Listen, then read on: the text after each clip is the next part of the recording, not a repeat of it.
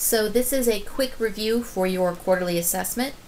We're going to start off with number 1. It says draw Lewis dot structures to determine which of the following elements will form only single bonds.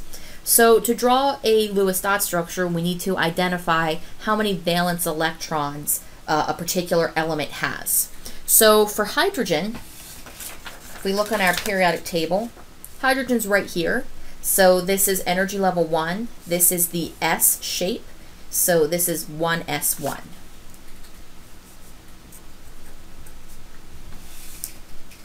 So that means that hydrogen has only one valence electron. So whenever we go to make the Lewis dot structure, we're just going to put one single dot. So what this means is that hydrogen has one unpaired electron. A full octet for hydrogen is really just 2 electrons. So that means that hydrogen can form single bonds. It only has one unpaired electron, so the only type of bond it can make are single bonds. Let's take a look at nitrogen. So nitrogen is atomic number 7. So we'll start with hydrogen. This is 1s1. Helium is 1s2. Lithium, 2s1, 2s2, 2p1, 2p2, 2p3. So for nitrogen, we're going to have 1s2, 2s2, 2p3. So in this case, nitrogen has 2 energy levels. So we need to pick the higher energy level. So that's going to be energy level 2. And in energy level 2, nitrogen has a total of 5 valence electrons. So whenever I do the Lewis dot structure, nitrogen has 5 electrons. So we start at the top, the right side, the bottom, the left. So that's 4. And then my 5th one is going to be paired. So what that means is that these 3 spaces where these electrons are unpaired, those indicate that nitrogen can make 3 bonds.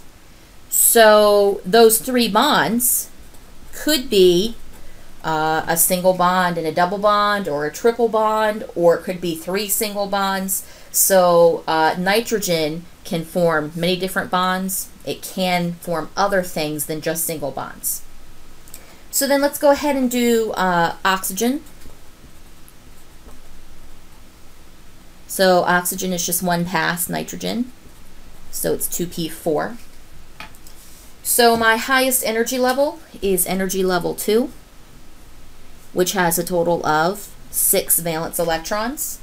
So I'm going to put the oxygen atom, and I'm going to put 6 dots around it. 1, 2, 3, 4, 5, 6. So we always follow this pattern. And when we follow this pattern, we see that there are 2 places where oxygen can accept an electron. So that means that oxygen is going to form 2 bonds. So those could be 2 single bonds, or it could be a double bond. So C would not be one of the correct answers for number 1. For D, we have fluorine, which is just 1 past oxygen. The highest energy level is energy level 2, and it has a total of 7 valence electrons. So for fluorine, I'm going to follow my pattern. 1, 2, 3, 4, 5, 6, 7. So we see that fluorine has this 1 unpaired electron, which means that it can make 1 bond. So fluorine can only make single bonds. So the correct answer for number 1, the ones that can only make single bonds, that's going to be choice A and choice D. Number 2 says to draw Lewis dot structures for the following molecules. So first thing we'll need to do is draw individual Lewis dot structures for each of these atoms. So in the water molecule, we've got 2 hydrogens. Each of those has just 1 valence electron. And oxygen, as we saw up here, has 6.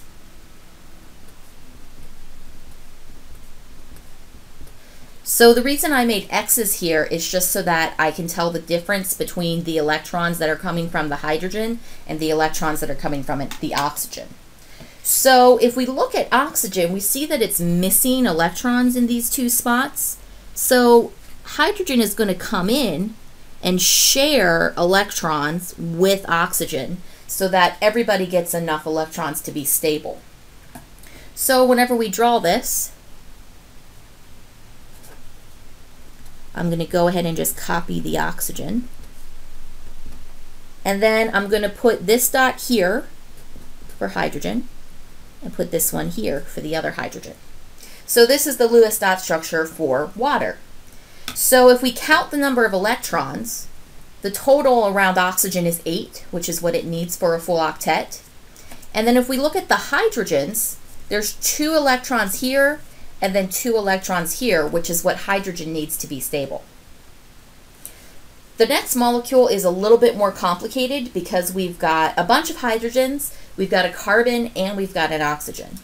So I'm just going to draw one hydrogen, but keep in mind that there are 4 of them that we're going to have to place on this molecule. Carbon has 4 valence electrons, which I'm going to draw as X's so we can see them.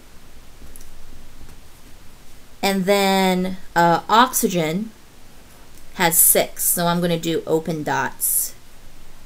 3, 4, 5, 6. Okay, so we've got kind of a complicated molecule here.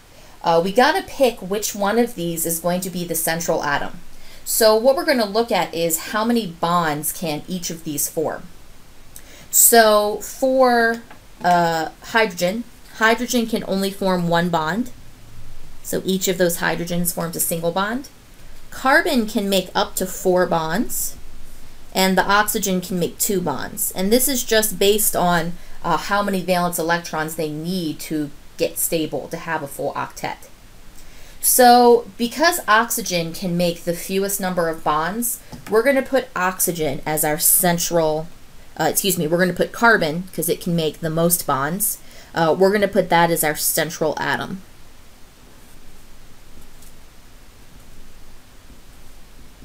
Okay, so attached onto this, we have CH3. So that means those 3 hydrogens are attached to that carbon. So I'm going to go ahead and place 3 of those hydrogens.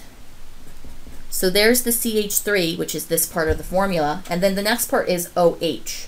So one of those hydrogens is attached to the oxygen, and oxygen needs to make 2 bonds. So one of those bonds is going to be with the carbon,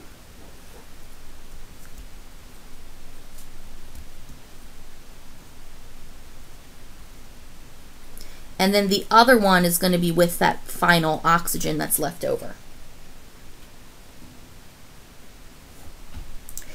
The last one that we have in this set is nitrogen.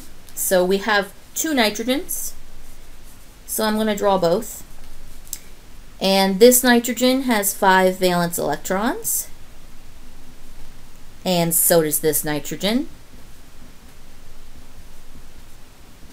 So if we look at these nitrogens, we see that each of them can make 3 bonds.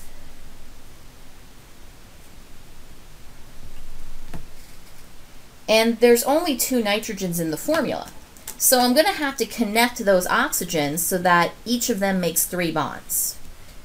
Or connect these nitrogens so that they each make 3 bonds.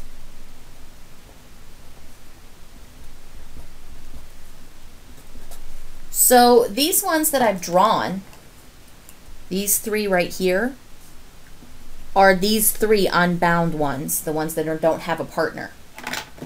And then on the nitrogen, the other nitrogen, those 3 are these unpaired electrons here. So then what that means is that each of these nitrogens has a lone pair that doesn't participate in bonding. So once again, if we count, there's 6 plus 2, which makes 8, and then 6 plus 2 makes 8. So everybody's got a full octet. So we can also draw these bonds. Anytime that we're sharing a pair of electrons, we can just draw that as a line. So for water, we can represent the single bonds as just single lines with the lone pairs around the oxygen. We can do the same thing for the methanol molecule here.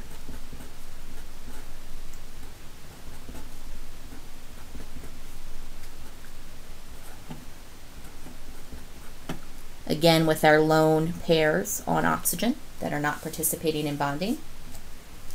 And then we can do the same thing with nitrogen. Except this time we're showing 6 electrons, which is a triple bond. So we just need to indicate the unbonded electrons. Okay, so for question 3, you have several molecules, and I'm asking you which intermolecular forces are present. So intermolecular forces are the attractive forces within a molecule. So they dictate things like boiling point or melting point. The stronger those intermolecular forces are, the more attracted those molecules are to each other. So for dispersion forces, this occurs in all covalent molecules. So if we're looking at nonmetals, we know that we have dispersion. So for our 3 choices here, hydrogen and oxygen, those are nonmetals, so this will have dispersion forces. Hydrogen and chlorine are both nonmetals, so it will have dispersion forces. H2 is 2 hydrogens, and those are nonmetals, so dispersion forces will be present there as well. Dipole-dipole occurs in a polar covalent molecule. So I have to look at these choices here and figure out which ones are polar. So first and foremost, hydrogen is going to be nonpolar. If we took the electronegativity difference here, it would be 0 because we have 2 of the same atom. So this will not have dipole-dipole interactions. HCl, this molecule, if you subtract the difference in electronegativity, we get that there is a difference, so it is polar. What that just means is that the electron cloud is not very even around this molecule. So it looks something like this. We've got hydrogen and chlorine, and the electron cloud is uneven. So because the electrons are hanging out around here, we get a negative pole, and then we get a positive pole. So this does have dipole-dipole interactions. For H2O, if we look at the Lewis structure that we drew for water, it's really easy to tell that the electrons are kind of hanging out over here much more than they are on this side of the molecule. So once again, we have kind of this uneven electron cloud here where there's more electrons hanging out over here. So this side becomes partially negative and this side becomes partially positive. So water, therefore, is polar. Okay, the last one is hydrogen bonding. So hydrogen bonding only occurs if you have a hydrogen attached to a fluorine, an oxygen, or a nitrogen. So hydrogen bonding happens whenever the hydrogen of one molecule is attracted to the F, O, or N from a different molecule.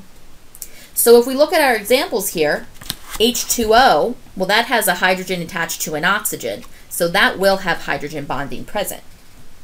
In the case of HCl, however, I've got hydrogen attached to chlorine, which is not F, O, or N, so hydrogen bonding is not present.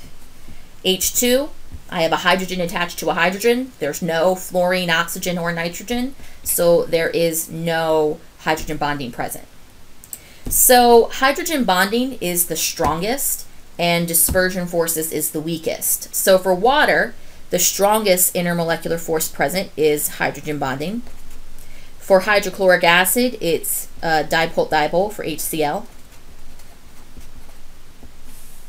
And then for H2, the strongest force present is dispersion.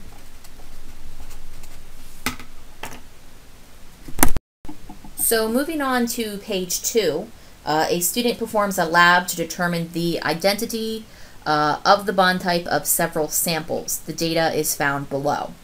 So we did different tests here. We determined the polarity, the melting point, if it dissolves in water, if it dissolves in oil, and we did that for these 4 different samples here. So classwork 2 is going to really be helpful for this from your unit packet. So the first one here, I usually like to look at the melting point first. The high melting points are going to be for ionic compounds and metallic compounds. So that's C and D. And if we look, B and D. If we look, the melting point is higher for B than it is for D, and B dissolves in water. So that tells me that this is ionic, and this one is metallic. So now it comes down to A and C. So they are polar, but the polarity is low for both of them. They have low melting points, and they both dissolve in water but not in oil. So based on the fact that the melting point and polarity is low, I'm going to conclude that these are covalent. And because it dissolves in water but not in oil, I'm going to conclude that it's polar covalent. Saline solutions are made from salts, which are ionic compounds, which dissolve in water. So which samples could be used for this purpose? So technically, A, B, and C all dissolve in water, but only one of them is a salt, and that's going to be the ionic compound. So B is the best choice. A and C don't really work because they're not salts. For question C, the table contains more data about substances A and B. Based on this data, which substance do you expect to have a higher melting point? Explain. So in our original table, the melting point for both was low, and they were both covalent polar. But if we look at the difference here, A and C both have dispersion forces. They both have dipole-dipole, but only C has hydrogen bonding. So we would conclude that C has a higher melting point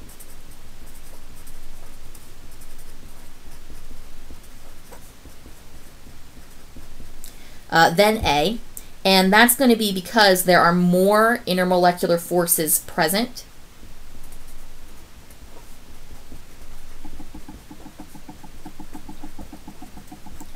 This means that there's a stronger attraction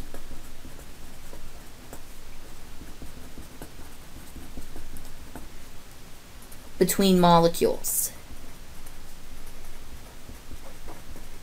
So if we have that really strong attraction, that means that it's going to take more energy to break apart those attractions. So it's going to take more heat in order to bust up those attractions so that the substance will melt.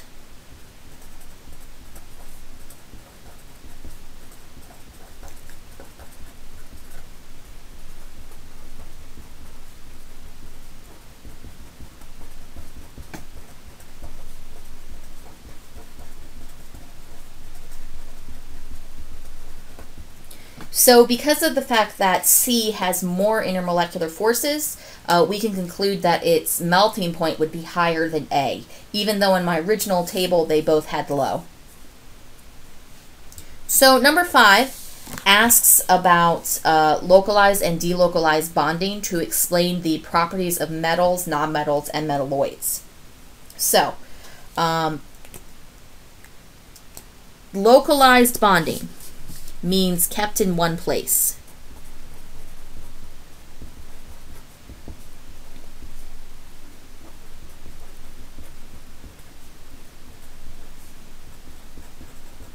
So in localized bonding, the electrons are shared just in one place. They don't move around through the molecule. They more or less stay in one place. Delocalized bonding is the opposite. This is where the electrons are able to move freely in the substance, in the compound. So, metals show delocalized bonding.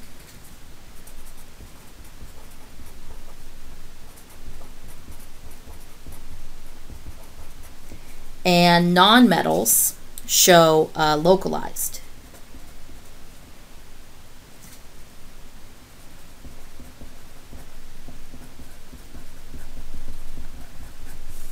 So, this explains all of the properties of metals and nonmetals. So, metals are going to be good conductors.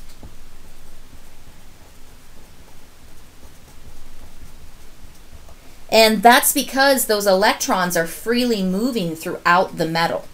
They're also going to be malleable. So those electrons are always kind of sliding past each other. So if you hit a metal with a hammer, the atoms in the metal just kind of slide past each other. So whenever you hit it with a hammer, it's not going to break. It's not going to be brittle. Metals are also ductile for the same reason.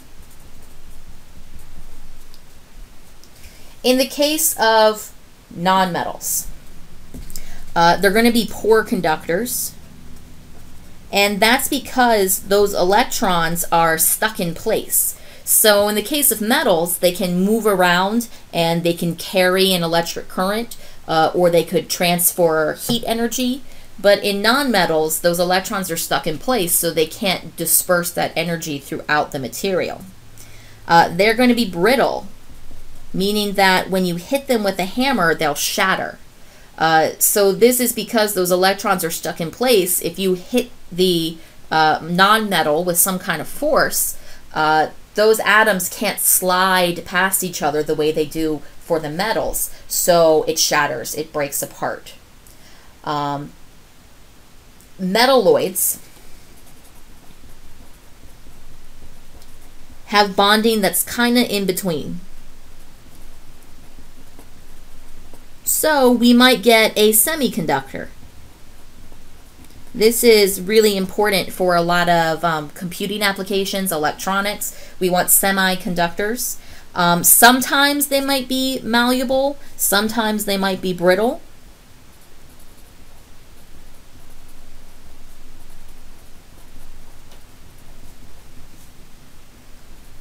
Just kind of depends on the property of the metalloid.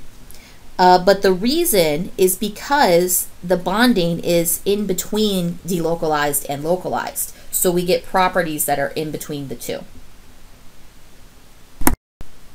Number 6 asks you to color code metals, nonmetals, and metalloids. So I color coded them here.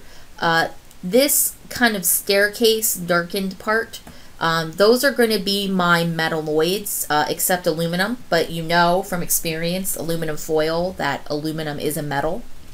Everything over on this side of the staircase, including hydrogen, those are going to be my non-metals. And then everything else is a metal. So even things that you're not used to thinking of as metals, like calcium and sodium, those are metals. Okay, for number 7. Consider a neutral atom of sulfur 33. So first and foremost, this 33 is giving us the mass number. And that's going to be protons plus neutrons. So A asks us to write the electron configuration. So sulfur is atomic number 16, which means that it's got 16 protons. And if we assume that it's neutral, then it must have 16 electrons. So the electron configuration, 1s2, 2s2, 2p6, 3s2, 3p4. So the highest energy level that sulfur has is going to be energy level 3, which has a total of 6 valence electrons. So the next one says, draw a Bohr model of the atom, including labels for the number of protons, neutrons, and electrons. So I'm going to start by drawing my nucleus. And that nucleus is going to contain protons and neutrons. So sulfur's atomic number is 16. So that means that I've got 16 protons. And this is sulfur 33. So there's 16 protons, which must mean that there's 17 neutrons, because 16 plus 17 would make 33. So I've got 16 protons and 17 neutrons. So I just put those in the center. If you wanted to, you could draw 16 little circles for protons and then 17 different circles for neutrons. But I'm just going to go ahead and write it in there like that. Okay, so in this case, this atom has 3 energy levels. So I'm going to draw that on here with a blue pen. So that's my first energy level. Here's my next energy level. And here's my third energy level. I do want to point out that whenever you draw these, you usually see these as being spaced pretty evenly. But we do know that as we go up in energy level, these are going to be closer together.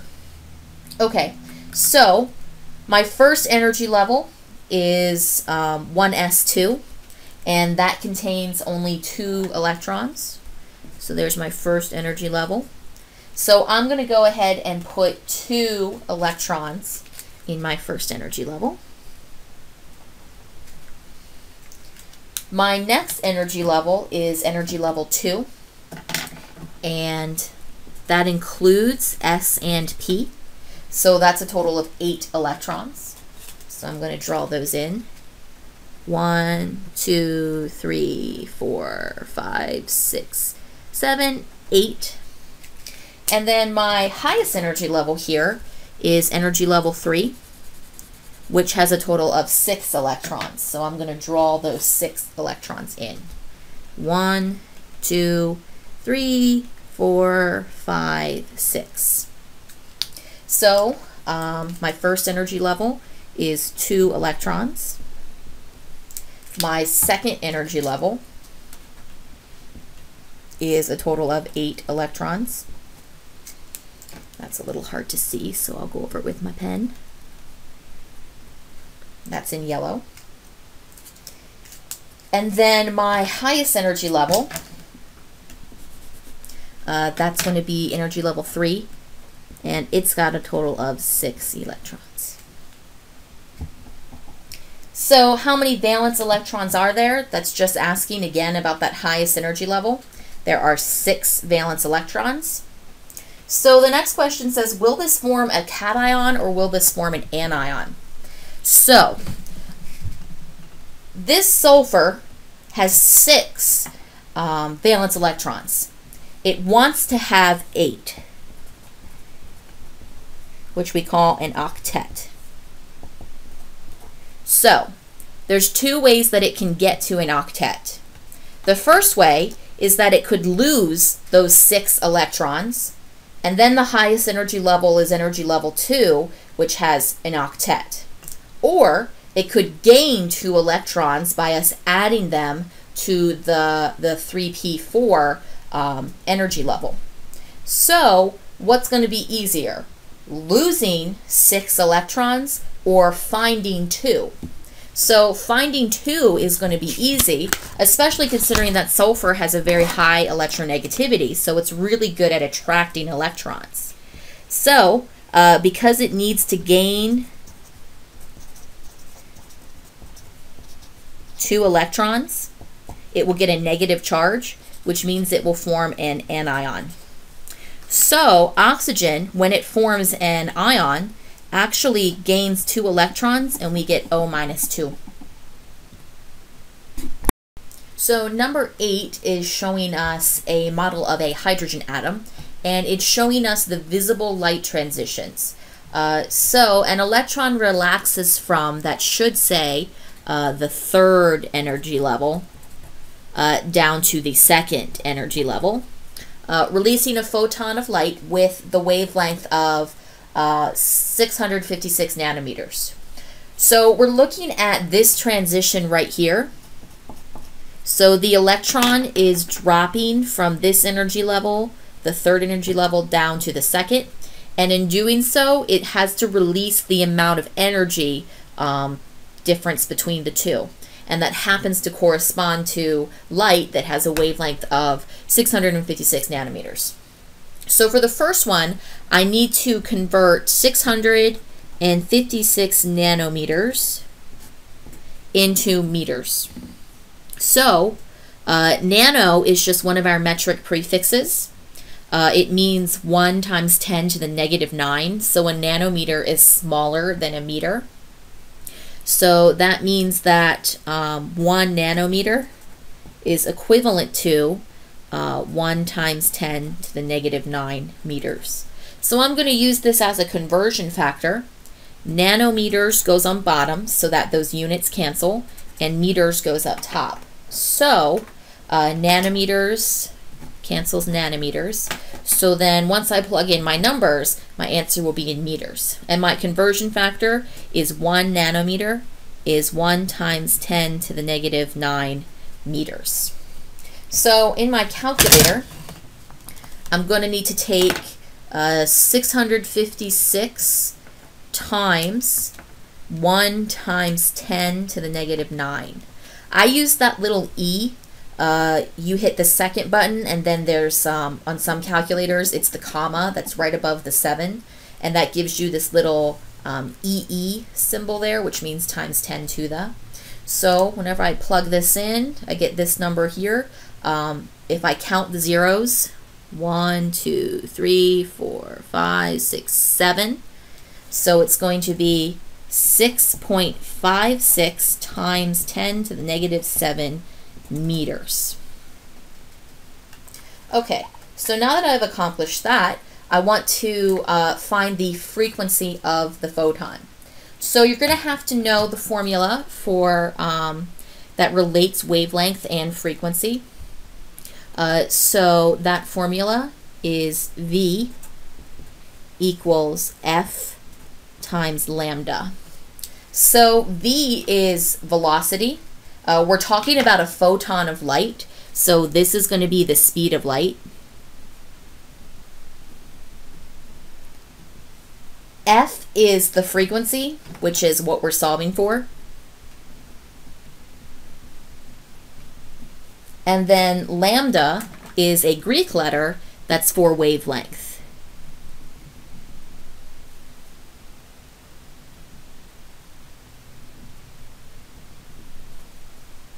So the speed of light is going to be in meters per second.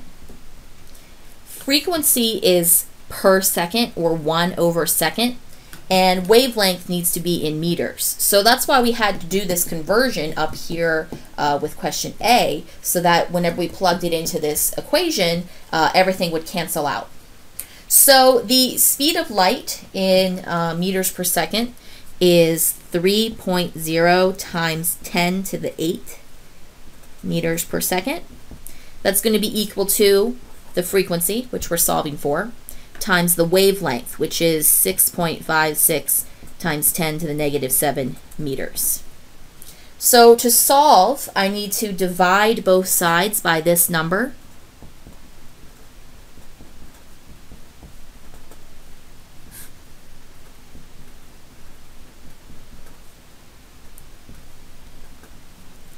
So whenever I do that, this will cancel, and the meters will cancel. So I'll just be left with 1 over second, which is good because we're solving for frequency. So to solve this, I'm going to do 3.0 times 10 to the 8, the speed of light, divided by the wavelength, which is 6.56 times 10 to the negative 7.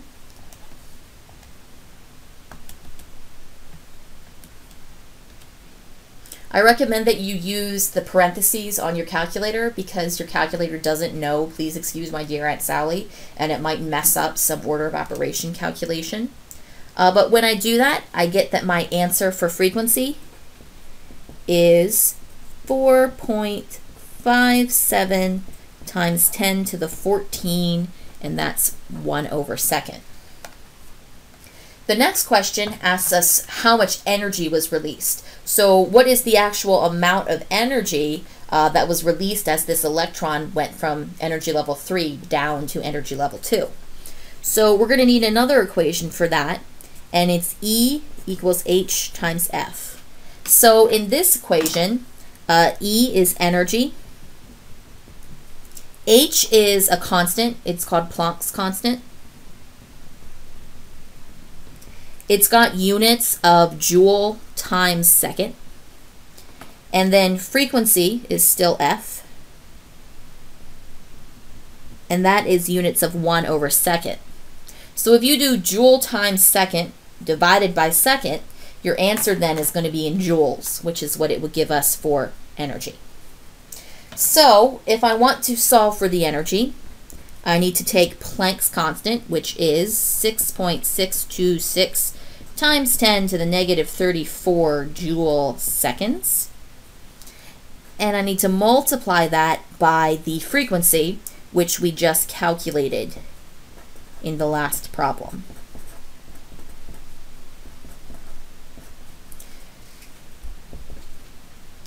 So I still have the number in my calculator from the last one. I'm just going to take that and multiply it by Planck's constant.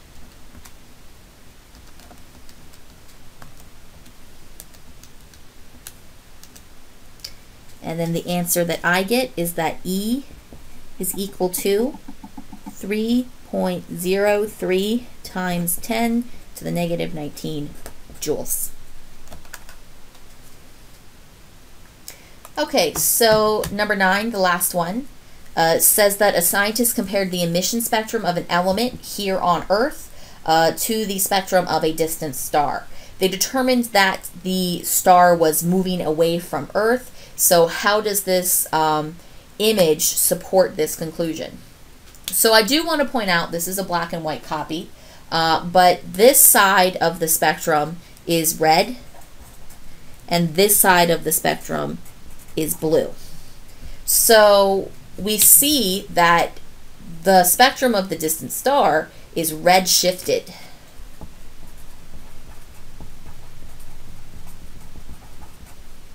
So redshift occurs for very, very distant objects. As the light travels across space, space itself is expanding. So what that means is that as this wavelength, which might look something like this on Earth, as it travels across space, it gets longer and longer and longer, shifting towards the red. So because this spectrum is red shifted, the wavelengths have gotten longer due to the expansion of the universe. This means that the star is moving away. And in fact, if we look at the light from the stars in our universe, we see that they're all red shifted. So this is telling us that those different galaxies, those light sources, are all moving away from us.